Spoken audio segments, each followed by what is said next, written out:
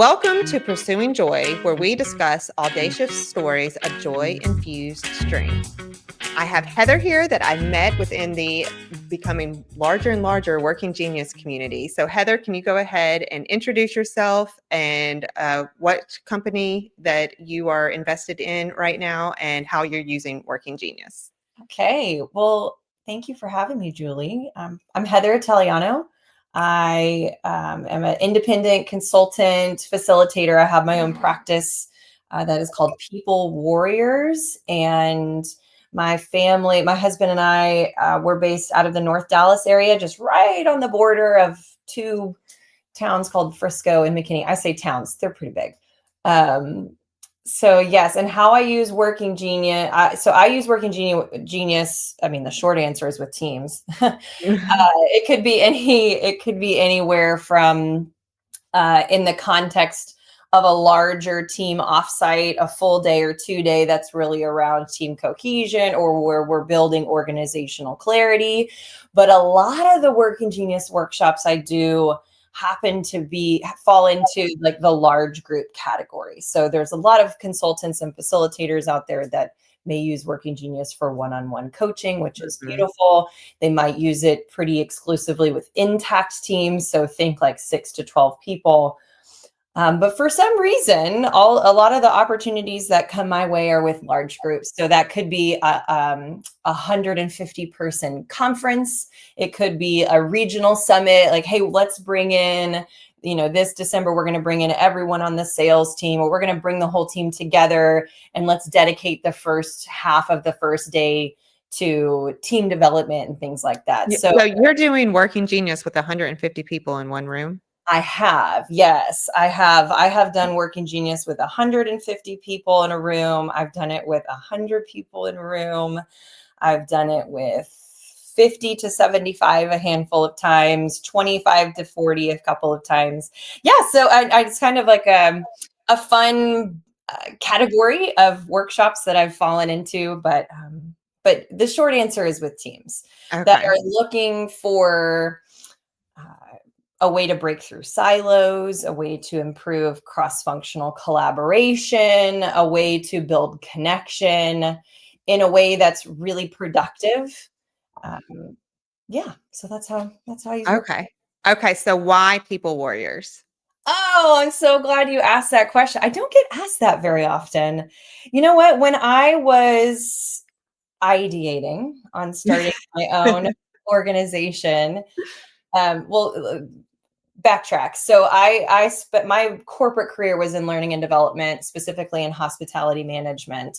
And I worked my way up the ladder, and I was a director of learning and development at the world's largest hospitality management company, and was going great, was building out a team.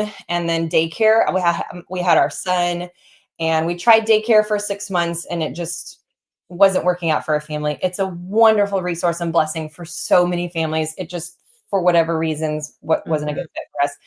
And so we knew that something had to change. We knew that we were being called into a season of one of us staying home. And I knew it needed to be me. So I stepped down from the role that I worked so hard to get. And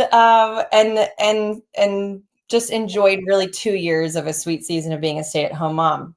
But during that, because I'm a wonder and inventor and it doesn't ever turn off, I had always had the dream of having my own consulting practice, and which was inspired by Lynchoni, which is another fun story. And so when I was thinking about names, I had met this woman named Tiffany. And when my son was really young, I was a part of a mom's group at a local church called The Nest. And all of us young moms were assigned a step ahead mom who... Oh gosh, I love that. Yes. And their whole role was just to be prayer warriors for us. And that's the first time I'd ever heard that term, prayer warrior, which now I hear it a lot to just describe someone who is a prayer warrior. And she would text me every Monday, like, Heather, what do you got going on this week? How can I pray for you? And I would tell her, and she would pray for me, and she would follow up on it. And then So when I was coming up with my company name, I thought about her, and I thought about this idea of a prayer warrior and how they just relentlessly and selflessly pursue others through prayer and follow through. And I was like, well, hot dog, that's leadership. So let's call it people warriors instead of prayer warriors.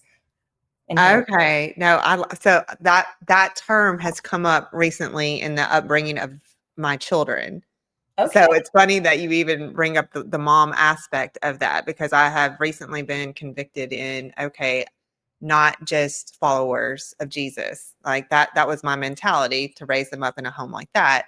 But now they need a warrior mentality in the world that we're in, and I'm putting them out in eventually one day. So that's Mhm. beautiful. I love it when words show up, repetitively like that. So the timing of this is great. I love Okay, so then where did Working Genius find you? Where were you when that came when across it came across. Sure. So my uncle he's kind of, we have a large family, but we're all in Dallas, extended family. And my uncle is really holds a I almost said patriotic. you? What's the word? Oh my gosh, I'm totally losing the word. Okay, what's Not the matriarch, the patriarch. patriarch, Thank yes. you. I was like, patriotic? That's not it. Really is kind of the patriarch of our family, and Okay.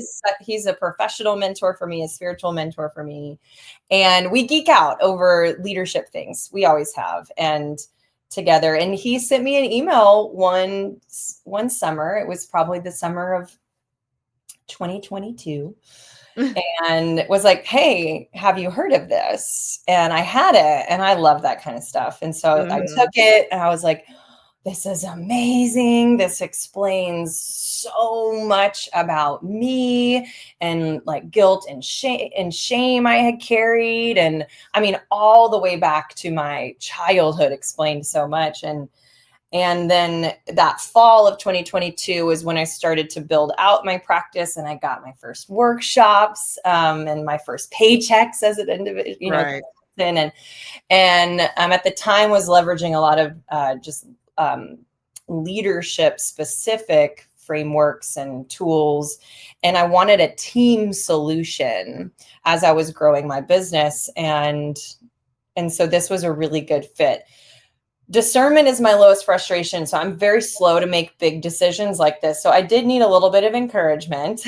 And I had a Okay. wonderful friend and mentor who was familiar with it. And she encouraged me. She was like, just do it, just do it, just do it. And I was like, okay. So I got certified in December of 2022. And it has just opened up an unbelievable amount of doors, friendships, blessings. Mhm. It's been a wonderful 3 years. Yeah. Okay. So are you involved in the certification process now? I am. I'm beginning to be involved in the certification process. Yes. Okay. And so in the things that you're involved in Working Genius, in the things that you're involved in with consulting, now in your podcasting as well, where is your joy? I'm sure you're finding enjoying all of that, but where's your joy? Like, where are you lighting up right now? Oh gosh. I mean, I'm lighting up in so many ways. I mean, it's not, yes, Working Genius. I love introducing people to Working Genius. I love the handful of times I have been able to be on the encourager mentor side, and I have encouraged other people to go through certification. I love that, mostly because yes, it's an incredible process and it's an incredible tool. And whether you're trying to start your own business or do it in-house, you just get so much access to resources to help you be confident and competent, and a really good steward of the tool. But the community, the network of people that you get plugged into after you go through certification, that is the gold to me Mhm. of the whole Yeah. process. And I have met people that have genuinely changed, the trajectory of my consulting business, how I don't feel like I'm on an island alone. we've just created this wonderful community of peers that when we've never met. And Right. well, it's like we're friends and we've worked together forever. And so that is what I get excited about certification for people, is knowing the community they're getting ready to join, and just how, and it's just wonderful to see people just pour into each other left and right. So that lights me up. Certainly, anytime I get to do Working Genius with a team, it always lights me up, because I know I've seen now so many times the benefits and the light bulbs that go off, and Mhm. and and I just get so excited to bring it Yeah. to teams, because yes, we have, you've got the team productivity aspect. So absolutely, it can help them be more productive and find more joy and fulfillment throughout the stages of work. And it can help them get more work done in less time. But what it does for individuals and relationships is really meaningful. So, I mean, I the short answer is but that's I'm just, what? I'm a joyous person. I yeah. find I'm just finding joy everywhere right now. I believe that. I believe that. And it's funny that you say that, because I started out. So my podcast had a certain trajectory when I dreamed it up, right? Huh? And I decided to just put it within the community online. I'm just looking for 5 people from the Working Genius community to come in and be on my podcast. But that just started this domino effect. And then I started realizing, okay, for one thing, Working Genius is what introduced me to that joy mattered at all in productivity, in life. Like, I just felt like I you're just supposed to do what you're supposed to do, not necessarily what you were created to do. There's a means to an end here. And it's kind of that working for the weekend mentality, right? And I started noticing when I brought people on here, and Working Genius facilitation, I had a certain idea of how it was supposed to be. And then just looking at people, what their geniuses are and how they facilitate, how they pursue entrepreneurship, how they pursue relationships, it just became this mind-boggling social experiment. I hope to be able to put it all together one day, and maybe have a book or a manual, or maybe like chicken soup for the Working Genius soul. I don't, I love it. but I it's been love it. so interesting. I know. So I want to hear one day your findings of your social experiment. So one of the things that stood out for me, and I need to connect with Zach Wilcox and tell him this, because I think I brought it up here a few times. But so I'm wonder and discernment, and his geniuses are also wonder and discernment. And the conversation that I had with him was so eye-opening to me about me. The things that people have commented about me and experienced from me, I have not experienced it myself, right? And then having a conversation with him, I was like, "Oh my gosh. Yes. This is what it looks like. This is why I answer the questions the way that I do." And Mhm. it's been very enlightening to just have the language to develop, Yeah. what you're seeing and who you are. Yes. What you wonder and discerners are very deep. And I didn't realize I'm taking people on journeys they don't necessarily want to go on sometimes, right? Well, just because you don't want to doesn't mean you don't need to. Sometimes you need to go down a journey that you may not want to go down. No, I love wonder and discerners. I mean, obviously, my geniuses are wonder and invention. Discernment is my lowest, which is probably why I love wonder and discerners so much, because I can meet them in that joyous space of wonder, and then we can toss around some ideas sometimes. But I love soaking in their discernment. Yes, Yeah. I it does it does it just opens up. Working Genius opens up that, even though some of these geniuses may not be received well in the beginning, then they're needed in the process. And so there should be more of an openness after that. Mhm. Um, and so that said, you posted something on Instagram, and this came up in a conversation recently. So in EOS world, we talk about, visionary and integrators, or it can be more like the visionary owner and the systems person, right? Mhm. And you had posted this something similar to this conversation that came up, and it was, I think, your son setting the table. Oh, this was actually a while back. Okay, I found this from a while back. So this was Refresh my memory. okay. So you asked your son to set the table, and then there's like pictures of these different utensils that may not necessarily need to be for dinner. Okay, so you just said set the table, right? You didn't give a whole lot of direction. Yes. And Yes. so it says this little moment reminded me of something essential in leadership. Clear expectations prevent wild interpretations. And Yeah. so I feel like, okay, so people at the higher altitude or more visionary tend to give what they feel is clear instruction, but the person down here in enablement and tenacity is not getting the clarity Yes. that they need. So and I can only imagine how much this has come up in teams, right? So tell me maybe some aha moments with Working Genius where you've seen this bring that, or get someone to understand they're not providing the clarity that they think that they are. Yes. And my initial laughter as you're speaking is because I'm just thinking about one, that post, but then also my husband is an ET Oh, and really? constant, like playful source of banter between us that I try so hard. I do try so hard to give clarity. And many times it's not clear enough. But I will say, absolutely it shows up on teams. And to me, it really comes down to I think probably the wonder, even though within the framework of Working Genius is called a responsive genius, there's some fun debate happening amongst facilitators around, well, can wonder be disruptive? Yes. And so where uh, to help minimize the conflict or maybe turbulence between somebody that operates at a high altitude geniuses like myself and the people at the low altitudes that are craving that clarity is to just be really clear where we are in the process.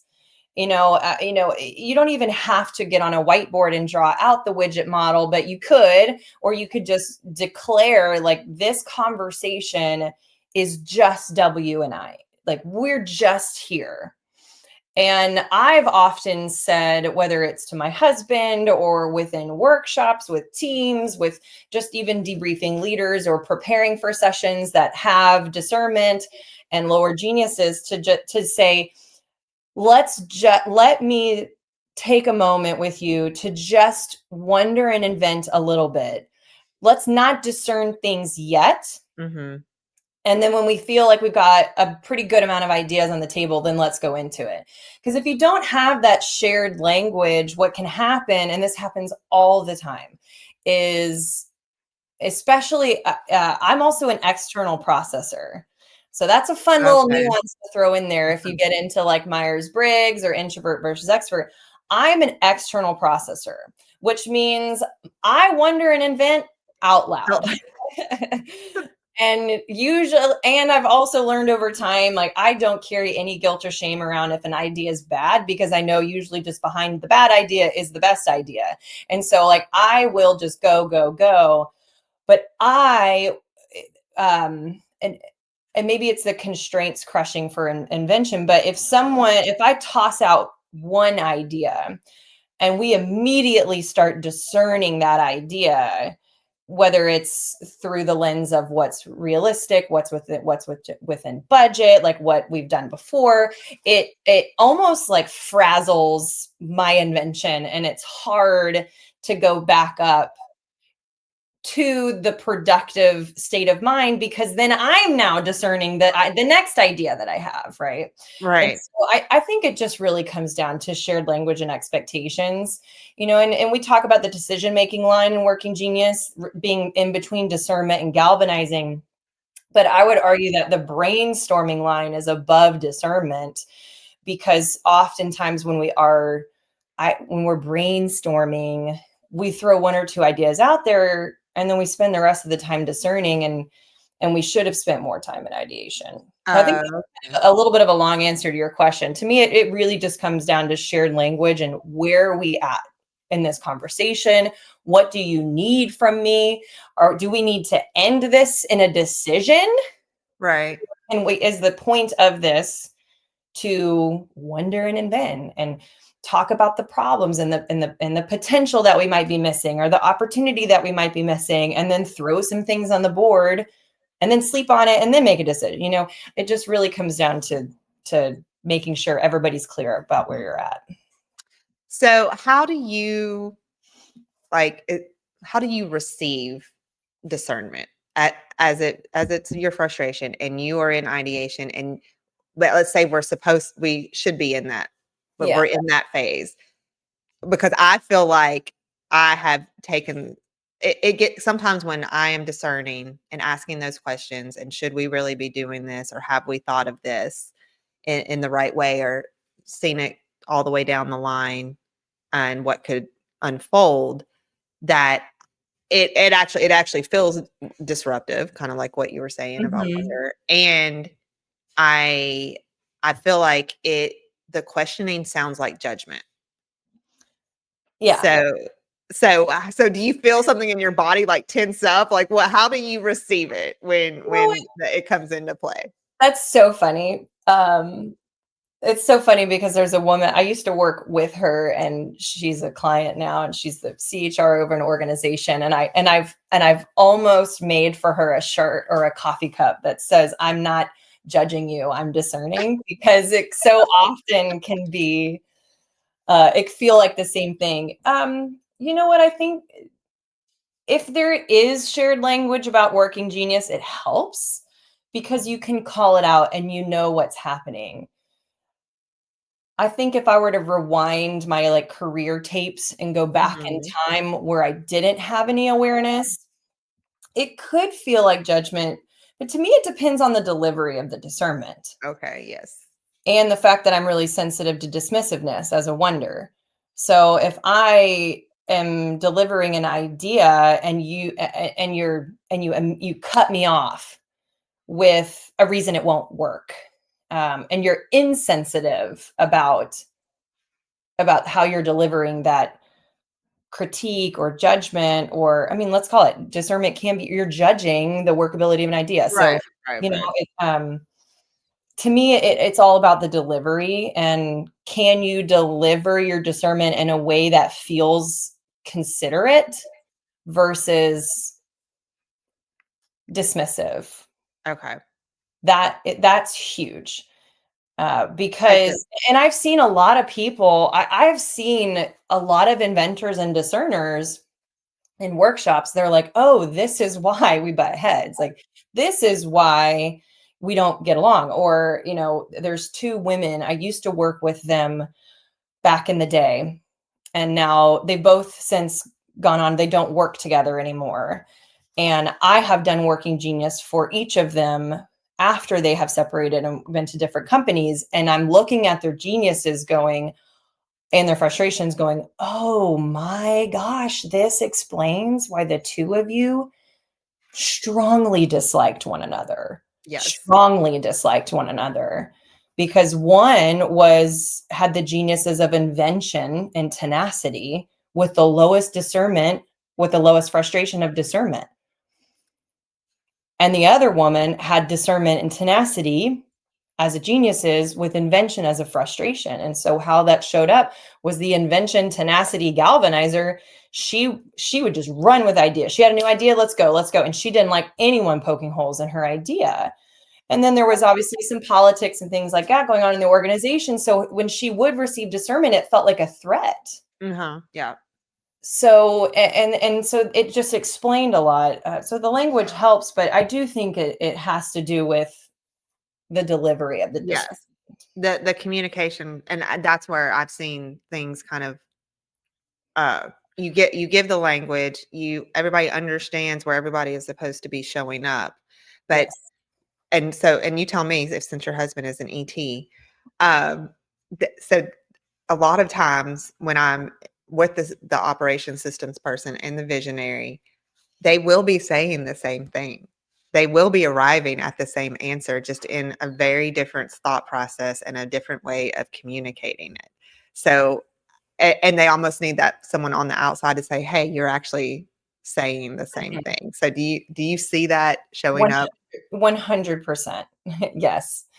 I also see, when anyone with invention or tenacity, the implementers or more systems operational minded geniuses, um, when they hear, that's why this line above invention discernment is so important. When they hear a new idea or they hear a wonder, I feel like they probably if they've gone through a lot of organizational change too, like something is triggered in them and they Yeah. hear it and they immediately are like, change, change, change, change. It's like, no, we're just having a conversation.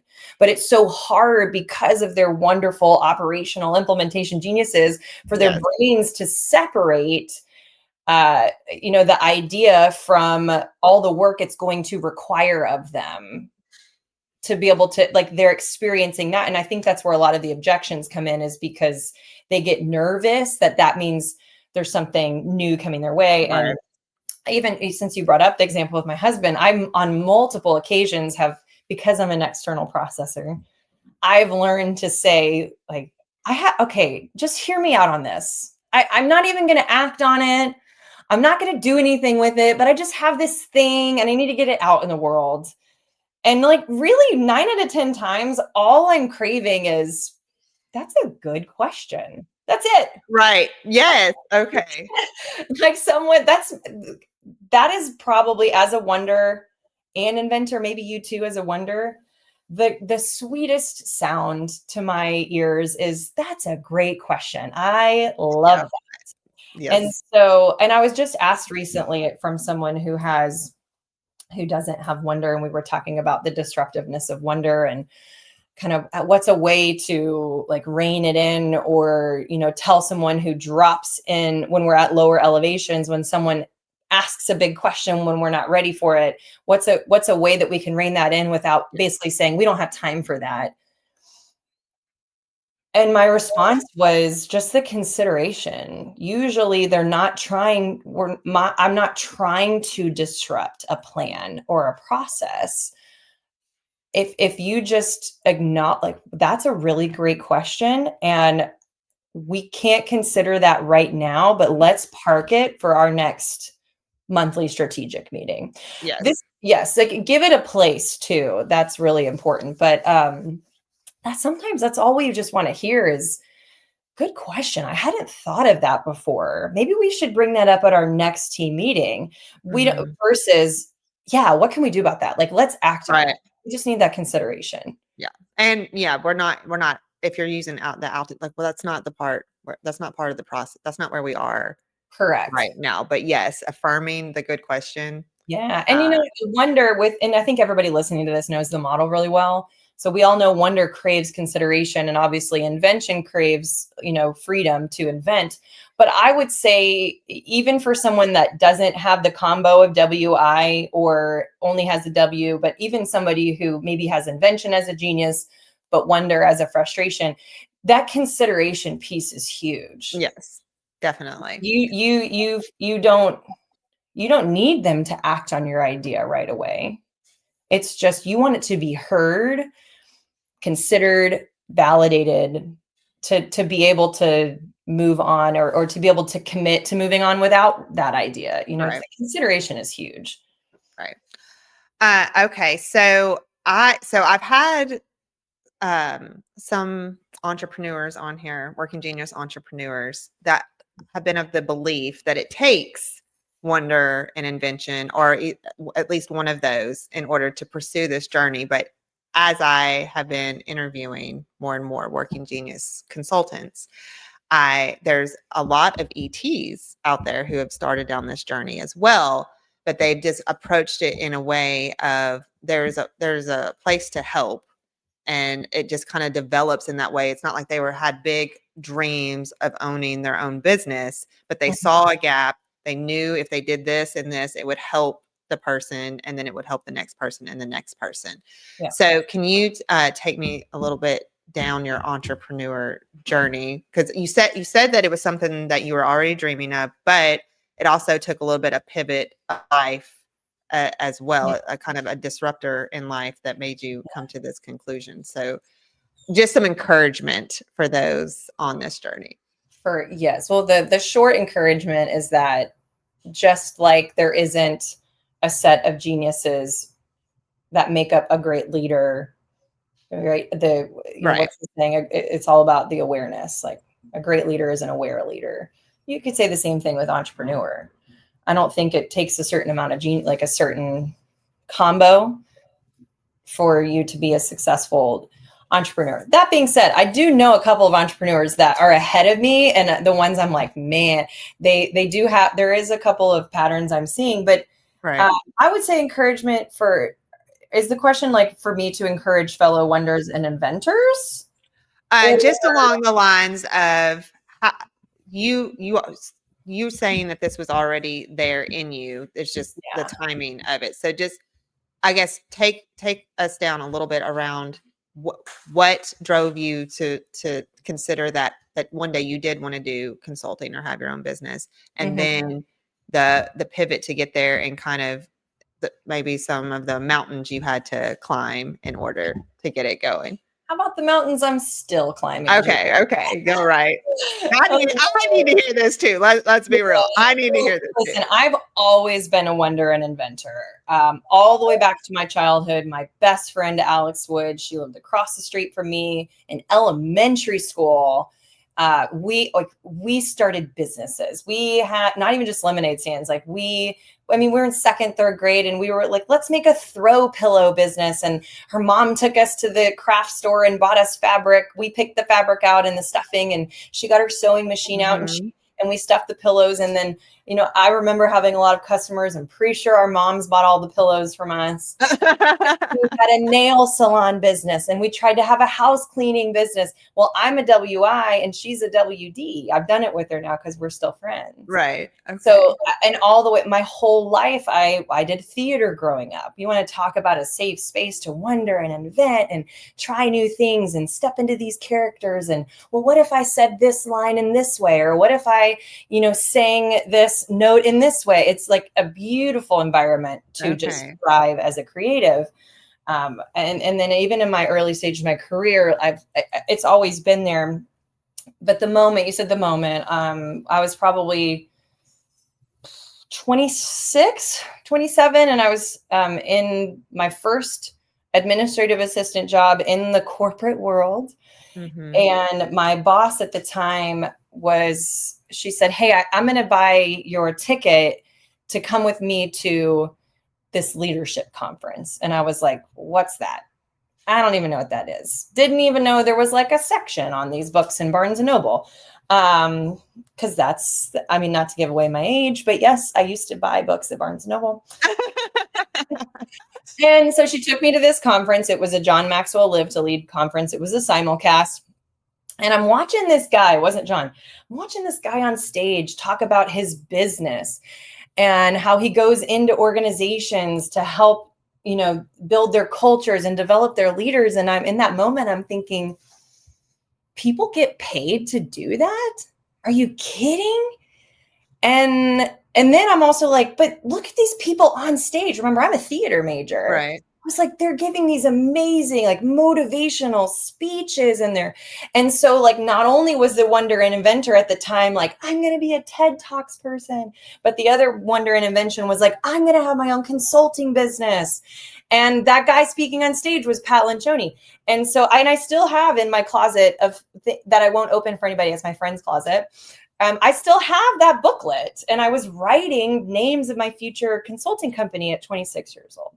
Oh, And so wow. from that moment, like I knew it was something I wanted to do. And in the space of learning and development, I had a lot of opportunities to really kind of get my feet wet around, adapting the theater skills into public speaking and building trainings and workshops. And, they might not have been very glamorous. It was hospitality. And I was in HR. So there was a lot of sexual harassment training and human trafficking training, which are very important. But as a WI, there's, it's not a very fun subject to teach. So then fast forward, I'm a stay-at-home mom for 2 years. My son was 3 when my husband one day said, well, have you thought about what you're going to do when you go back to work? And I remember thinking, why are you asking me this now? I've got 2 years. Like, I am very content as a stay-at-home mom, which was surprising because I was always a career person. Mm-hmm. But that got the wonder and invention triggered. And I thought, well, if I'm going to go back to work, I want to go for it. Let's do it. I'm going to do it for myself. And actually, people were started out as a blog because at the time my son was home 3 days a week and he was shifting out of napping. And so I was like, okay, well, I don't have the lifestyle to train or do workshops. What can I do? I can write. I can start a blog. And like 6 months into that, I was like, this really is not fun. Why do I not like this? Oh, it's so draining, like the whole writing process. And then I took Working Genius, and my frustrations are tenacity and discernment. And I was like, oh, that's why this process is miserable for me. And then that was that summer where I found Working Genius. And then 3 years later, here I am. Okay, so you were out of the work environment for a while. Did the blog create any connections to a path to clients, or how did you start drumming that up? No, actually, how did I start drumming up my clients? So my former CEO from the first company that I worked for in hospitality, he saw that I had the blog out and was posting on LinkedIn, and he pinged me and said, hey, we just did our employee opinion surveys, and like the number one thing that came up was people want training. Can you come do some things for us? And I was like, yeah, let's Yes. go. And so that happened. And then the next client was that the dad of my husband's best friend who works for a major transportation and logistics company. And they were like, we have this regional gathering at Baylor Stadium in January. Would you come be a guest speaker? And I was like, sure. And honestly, to date, I would say 80% of my client base is people that I am either first degree or 2 degrees away from my work history. Because hospitality, and I do have plenty of clients that aren't hospitality, but I do have a lot of them. But it's just people who knew me or met me, or through Working Genius, I met someone and we formed a relationship. And then when they couldn't, like their client wanted to do a Working Genius session on this date, they weren't available, so they asked me to fill in. And so almost all of it's been organic. I have one client that I don't want to say secured. That sounds weird. I've formed a partnership with Okay.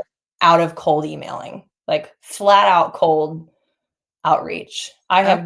don't like cold marketing. I don't No. like it.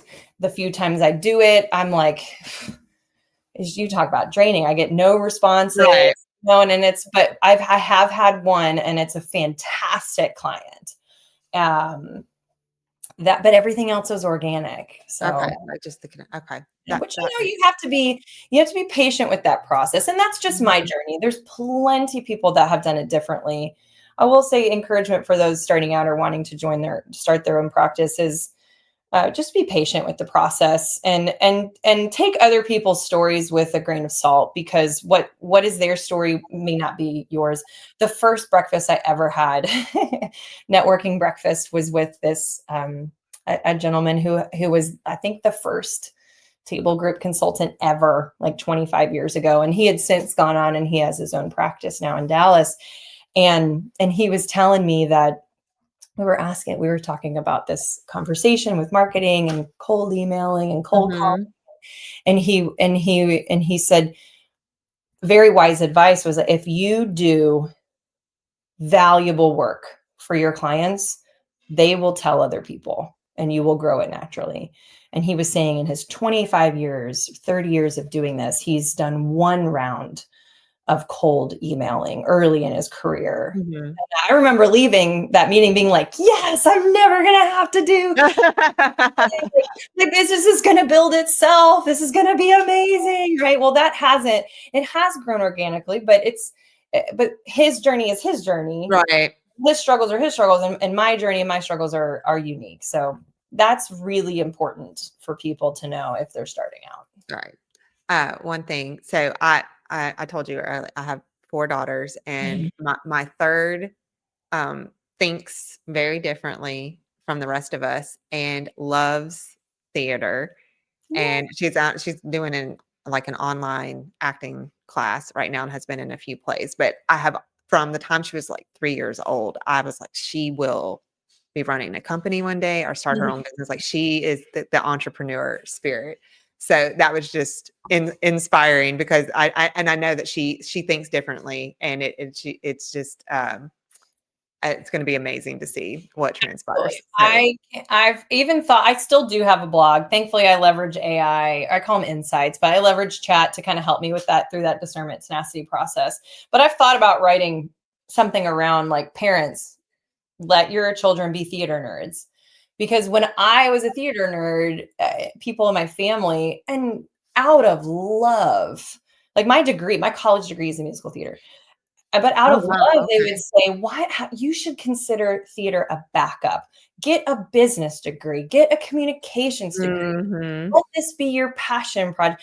And that's out of love. They're worried about my security, my stability, and that's fine. But the skills that you gain from I mean, it's not even just theater. It could be speech and debate, like the Oh, public right, speaking right. skills and the skill of preparation, memorization, rehearsing. Those are invaluable. And I, even within my organization, I would coach. Some of the C-suite executives would ask me to coach them on their conference presentations. Um, because everybody was like, she's the public speaking gal. And so, like, what can we do? So so let her be a theater nerd, gain a whole backpack full of Yes. invaluable tools that Yes. she No, can use. I see her come alive, and then also knowing working genius, like, there's a purpose and a calling, in those geniuses. So yes, let them. In fact, I think, what did you post? I had this other post from you. Transformation begins when we stop asking what should I do and start asking what I am created to be. And I Mm, think working genius highlights that.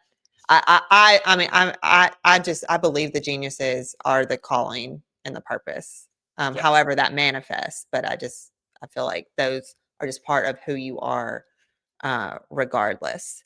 100. Oh, okay. So tell me about the pursuit of the podcast. Where did that come from? What are you trying to portray through that? What kind of message are you trying to send?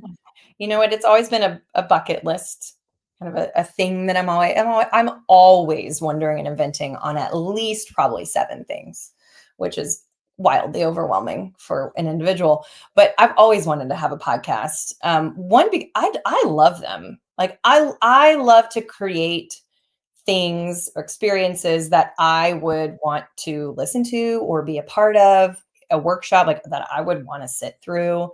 And so it's always been a dream, and I've overthought it for way too long, way too long. And then finally I was like, this is it. In fact, thank my wonderful husband put at the beginning of the year, put this sweet little post-it on my computer. It's like, this is your year. This is your year of the podcast, the year of People Warriors, the year of you. So I was like, all right, I'm going to do it.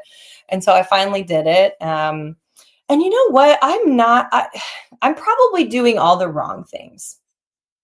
And I'm okay with that. Like, I took a podcast coaching class, and it's like, Oh, niche, okay. niche down, and put Oh. put out episodes a week, and understand your audience, and I know all, like, the things that are probably true.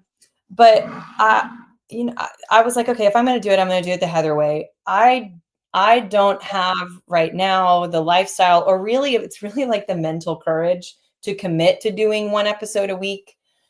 Um, so what could I do? Well, I watch things on Netflix in seasons. Why don't I just drop seasons? Because then Mhm. I can batch record and I can have a little bit more autonomy with the schedule and not like feel this pressure of having something come out every week. Right. So, and then I also was thinking about, well, what kind of podcast do I love listening to? Mhm. And I do, obviously I listen to the Working Genius podcast. I listen to the Table podcast, like short, chunky, meaningful 20-minute episodes, like for like soak it in for a work tip. But the ones that I really find myself listening to are long form podcasts, like the ones you can put on while you start doing your hair and your makeup. And then Yes, I'm the same. yeah, and then you can like pick them up on the ride home from school drop off. And so there's really kind of three podcasts. One of them really isn't a podcast that I was like, okay, I want to create like the long form, casual but insightful conversations, mixed with really thoughtful and intentional questions, but also just like the human entertainment, just not like let's get to the facts and focusing in on what people need to know, because that triggers discernment and tenacity, and I'm like, nah, Right. I'm good. And so yeah, so I mean, the bulk of it comes down to, I right now I just want to create a podcast where we just have really interesting conversations with people that interest me, like interesting conversations with people that fascinate me. And so I mean, season one is out. I had eight episodes in there. I'm new. I have a list going of some people I want to check out for season two, and I'm thinking I might start recording that in October, November. And you know what? For me, it's not about downloads and likes. It's not Yeah. about the data metrics. To me, like how I'm measuring success of the podcast is if I do it. Do it. Like I'm going to get it out there. I'm going to put it out in the world. I'm going to prove to myself that I have, that I can do this. Mhm. And I do have high standards for the quality of the final product. So, if I record for an hour, I probably put 7 hours of editing wrapped around it, for all the way from pulling in the teaser clip, dropping in the music, recording the intro, editing and putting in the clip, running the outro. Then you have the description you have to write for Apple, for your So I you're doing all of that yourself? yeah, yes. Okay. I do. Yes. That's a lot of tenacity. It's so much, but you know what? I use ChatGPT all the time for that. So like, I'll like word vomit all my crazy thoughts, and then we'll like get a rough draft Okay. back, and then I'll kind of take that and tweak it how I want it. But there's a lot of moving pieces with the podcast. People that are like, just do it, it's easy. I agree with that to an extent. But I just have a certain uh, the final product. I have a certain vision for what Right. that looks and sounds like. And so to get to that point, it requires a lot. And I put Okay. in like hours of research for people, asking questions for people. So but Okay. that's what it is. That's the podcast. Okay. I have an editor from Upwork. Uh, and he's done very well at capturing my vision, and we're evolving. But I could not, if I had thought in my mind that I needed to do the podcast and in that way, I would have never taken the leap to do Yeah. it. I needed to know that someone was helping me along in that part of the process, Yeah. that editing. Well, you have discernment and I don't. So you probably made the smarter move. And my lack of discernment and genius of invention is like, well, what could I do myself? I'm also very frugal as a Oh, human. yes. No, I do So a lot of things myself that I shouldn't be doing, but this one, I was like, I knew that I wouldn't take the leap unless I knew that someone else, yeah. my frustration is tenacity as well, and that would have ended up going to the bottom of the to-do list, because I love this part. This is what fuels me Yep. throughout the day, is the conversation, and, wondering through these conversations, right? Okay, so one other thing I wanted to ask you about. So tell me uh, a little bit about living fearless and some of the what you Wow. what you've gotten from that, how that's inspired you, how merging the spiritual with the professional. Woo! All right, we work editor. Make this is your cue to make this a part 2 episode. I'm just kidding. Okay. Oh man. So where do I start with that? I struggle with brevity, and this is a big one. Living Fearless is by a guy named Jamie Winship. Without taking 20 minutes to tell you his background, I will just highly encourage everyone who is listening to stop listening to me right now and go listen to anything Jamie Winship online, on YouTube, on podcasts. And he essentially, through all of his unbelievable real life stories, his stories of the things he's encountered in his work, which his whole career has been to go into war zones, like terrorist zones, go into their camps or go into cartel zones, meet with leaders and pacify conflict. And he does that through the gospel and helping people meet Jesus and helping people understand their identity. So living fearless is really about like understanding and getting clarity around your true identity and stop living in your false identity. And that has, So I'm going to interrupt you real quick. Do please, you have a personal example of yeah, real identity versus false identity? 100%. So, and I mean, it's evolving, but I'm always wondering and inventing, listening to him on, well, what is my true identity? And a lot of times you'll hear Jamie Winship talk about David, like David and Goliath, David, and how he is a warrior, a shepherd, warrior, poet, king. Like that's his identity that he was Okay. given. And if you go and you look back at David as a child, well, he was, his family would make fun of him because he was just sitting with sheep and writing these poems and slinging this rock around, and everybody talked down to him because of those things. And then you look at the lifespan of David, and Jamie Winship points out, like, oh no, like those were all your natural, like your spiritual gifts, your identity that made you the king. Like it was part of his larger story. And so that I'm always like, well, what's my identity? If he's shepherd, warrior, poet, king, what I have come down to is dreamer. I am a dreamer. I am a learner. And I am a singer. I can't ignore that. That's a spiritual gift. I sing in the worship team at church. And then the other word I came with, and this is the one I'm like, maybe this one isn't quite clear, is stimulator. Like it's not an educator. Like I love stimulating thought and belief within people, whether that's a new belief in the workplace or a new belief within themselves or a new belief about their spirituality. It's that wonder in me, and the fact that galvanizing is my first competency. I love stimulating people towards a new and heightened positive belief in themselves and what they can do. And it's interesting because like that's how I'm also a mom and I'm a wife, and those are a huge part of who I am. But I get to, use the spiritual gifts to serve my husband and my son in those areas. So that's huge. And if I look back on all of the struggles that, whether it was childhood, teenage, young adult, and Jamie Winship talks about this in Living Fearless, and you recognize almost with clarity, like an overwhelming amount of clarity, that those weren't happening because you were a bad person. Those weren't happening because of bad circumstances. You were living in your false identity.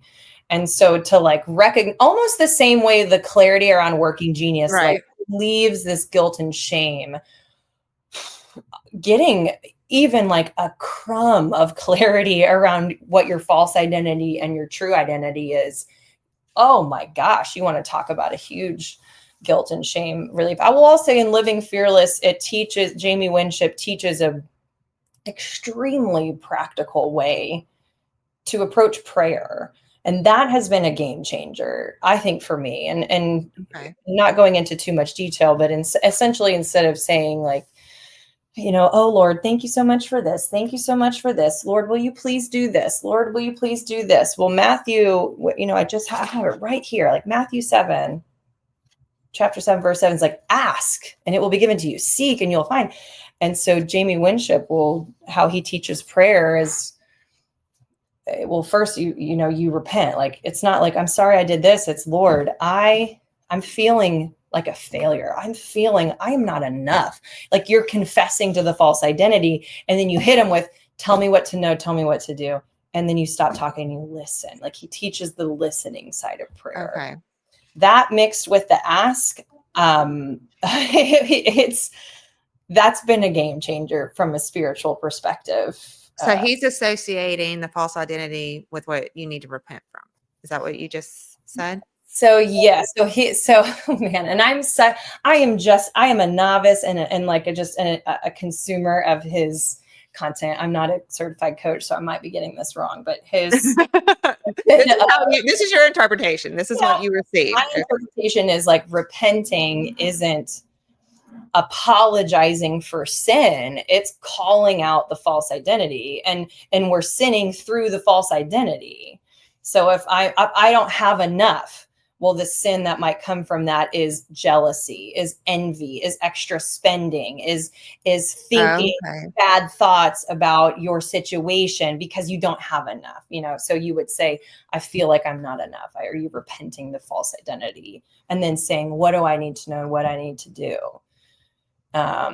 Okay. It's just so simple and practical. And like, he tells these amazing stories of this unbelievable voice of God and clarity that hear people afterwards. And I'm still like, listening. I know, like, I'm not, I'm not there, but the ask and you'll receive has been really, really large.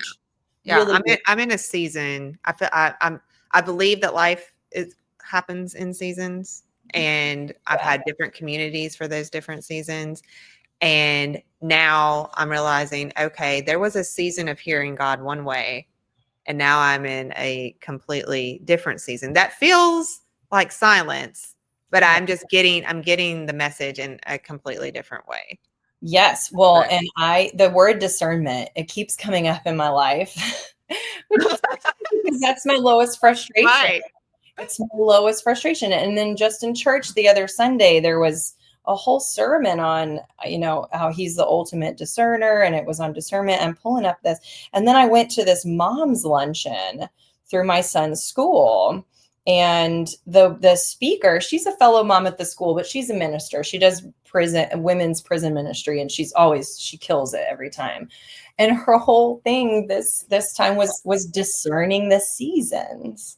And she went through 8 different seasons that we're called into with scripture to help us moms get clarity, get discernment of which season we're in, so that we don't feel this turbulence, this guilt and pull about what am I actually being called to do. And I'm going to be writing all of these seasons like on a flip chart and putting them right here on my wall, because for someone that doesn't have a lot of discernment, and I manifest in a lot of different ways, but one of those ways is I don't like making lone wolf decisions. I get a lot of anxiety over it. And so, like, being able to throw my giant wonder and invention on the wall and then look at this and say, okay, Lord, the God of discernment, the God of clarity, is not the God of confusion. I'm leaning on you for discernment, and you ask and you'll receive. Like, I'm not even kidding you. Like, there's a, I'll give you an example.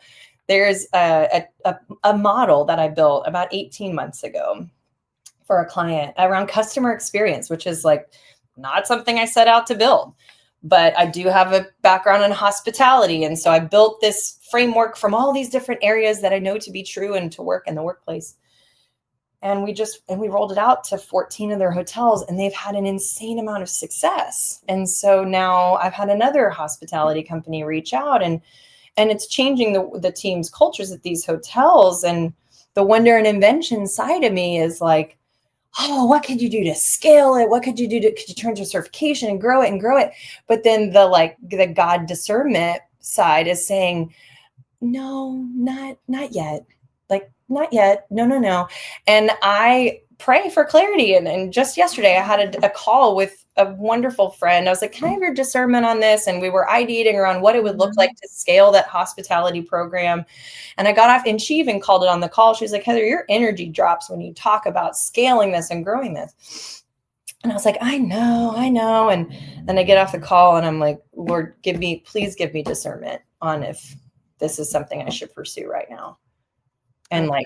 then within 2 hours, I get a text about something with Working Genius.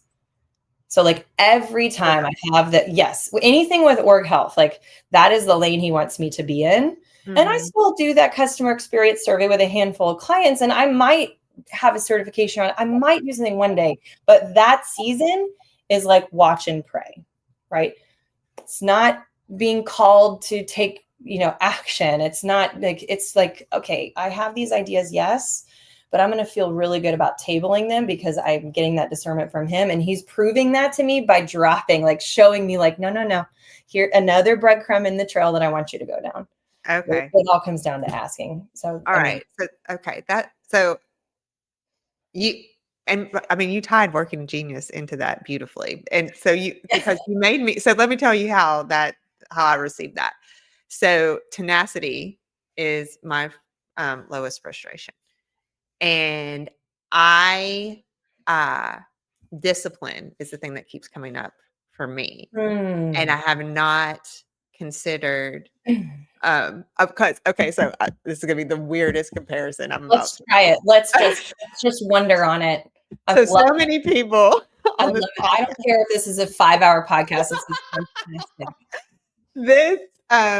So many people have on here said use chat GPT for your frustration, like thrive in your genius and the things that you're frustrated in. Yeah. Use chat GPT. Yeah. And so forgive me. So I'm not comparing God to chat GPT, but I kind of am. So I'm like, what you just described to me is where you're being called into where it's your frustration or not your strength. You're relying on God for that and asking for that and wanting supernatural intervention in that. So it has not occurred to me to do that because I need the discipline because I'm like, I just need an assistant to take all this stuff off of me, but that's not practical right now. And so I need to pray for that tenacity, that discipline. Yes. And I share that. I share tenacity as a frustration, and I don't have the same enlightened encouragement to give you on that one.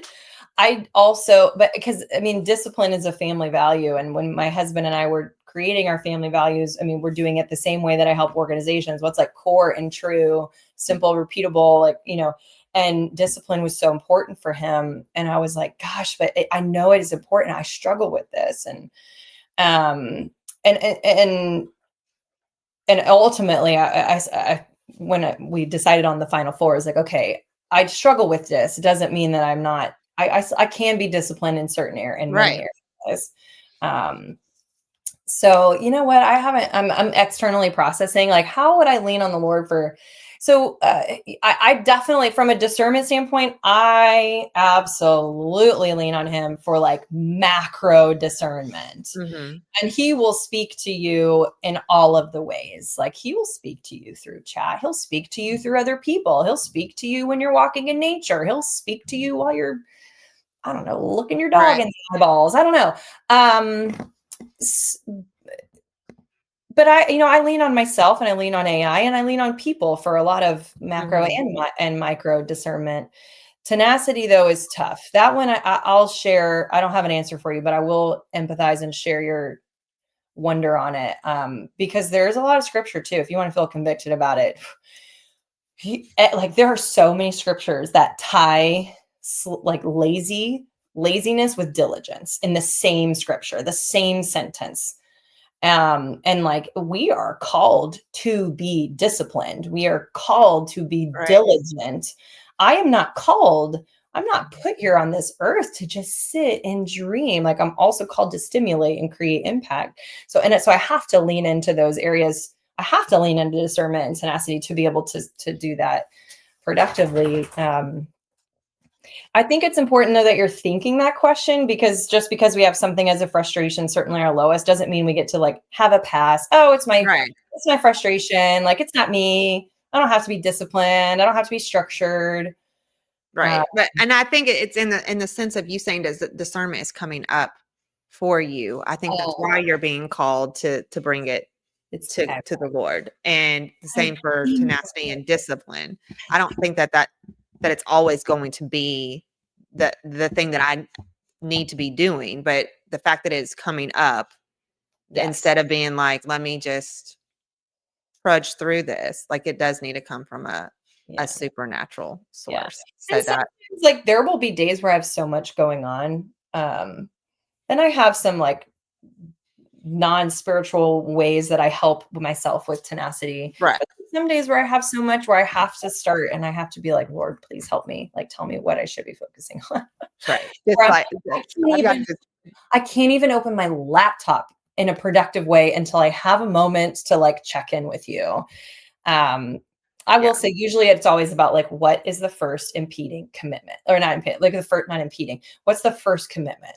Like, you have a lot going on, Heather, but in order, what's the first commitment that you have tomorrow? That's the one that gets your first hour. Like, I have to do it in terms of commitment. Like, who have I committed things to? Yes, yeah, that works for me too. As Yes, in if someone's counting on me, I'm not gonna correct. let them down. Yeah. So, So and then I have to just sit my butt down. That's the hardest part. The sitting down and opening the laptop to do the thing. that's hard. The I know. hardest thing. Yes. So your next guest, I mean, I saw you had Libby Jenkins on. She's a great person with Oh tenacity. yeah. You've had some great folks with that. That would be a fun. Um, Yeah, I mean, they're very enlightening to me in the sense that I'm jealous, right? I'm jealous of those that have those geniuses. oh, That's where like working genius helps with the guilt and judgment, right? correct. It shifts jealousy to admiration, Right. and we can still be inspired by someone we admire. We could pick up things that they do to help offset our frustration, but it just shifts that, like, oh, I'm so jealous because they would feel that same way about your high geniuses. So it shifts, jealous and guilt and shame to appreciation and curiosity and all the good things. Yes, exactly. All right. Okay. Do you Have feel we reached maximum capacity here? I think we covered everything that was kind of, well, more than what I originally was on my heart. Is there any parting statements, anything that you're like, this is what's happening in my life? I feel like this could be an encouragement or something to noodle on, anything else in that realm? You're asking a wonder and inventor a question like that. I'm like, one thing? I don't know. One final thing? No, I don't think so. I think, there's so much. That's the beauty of this tool, is there's so many Mhm. interesting ways to unpack it and talk about ways it can be applied and what we've learned, even with just one person. Like, we could, hey, same time tomorrow, let's do it. And we would have a totally different conversation Oh, yeah. framework. Um, so I will at least end by saying I'm so excited for you and what you're doing here. I think it's a great benefit to the working genius community for all of us to spend a little bit more time in each other's worlds and learn. Mhm. I listen to Julie's and Zach's and people that I've known, and Krista Lee's, and to just I love the Working Genius podcast, but it's nice to have something that you get to take someone's profile and spend a good amount of time chunking it Yes. down into Their how, experiences, yeah, I mean, are vastly different, but in the exact yes. same realm. So it's been, thank you for that. That it has, I have loved it. personally. Yes. So thank you so much for joining me today Yes. and Oh, sharing all your insights.